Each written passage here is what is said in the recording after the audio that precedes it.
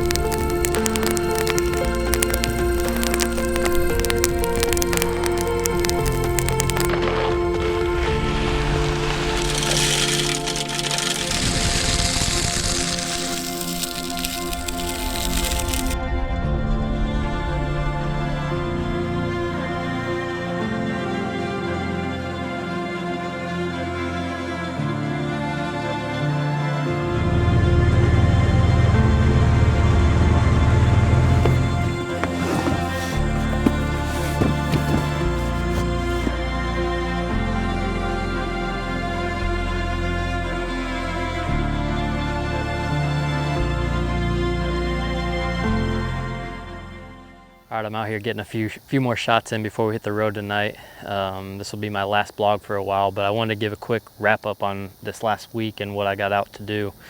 I had a lot of guys asking for updates on the small farm where I was doing a lot of work, so I got out there earlier this week and I seeded some autumn quick plot in a spot that I had left open for it, and that's the same spot where I had the plot screen right along the road. The plot screen's actually doing really well it had no rain basically for a long time. Now we're getting some rain, but it looks pretty good. It's going to serve its purpose of shading off that road and allowing us to sneak in and out real easily. The rest of the plot, the monster magnet, I need to spray. The foxtail is absolutely taken over in the last couple weeks, so I just need to spray that. But underneath, actually, the monster magnet's doing really well. The beans are looking good, the turnips are looking good, and everything else in that mix is looking good.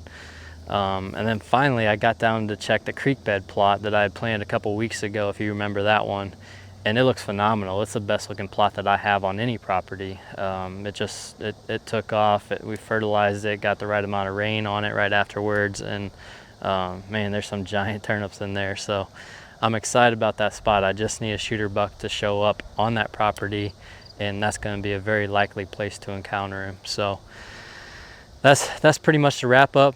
I mentioned this is going to be my last blog for a while. We are heading out to Montana tonight if we can get everything done and get packed in time. Josh and Grant and I are hitting the road, and 17 hours from now we should be in Montana ready to chase some elk. I'm hoping to get my first elk this year.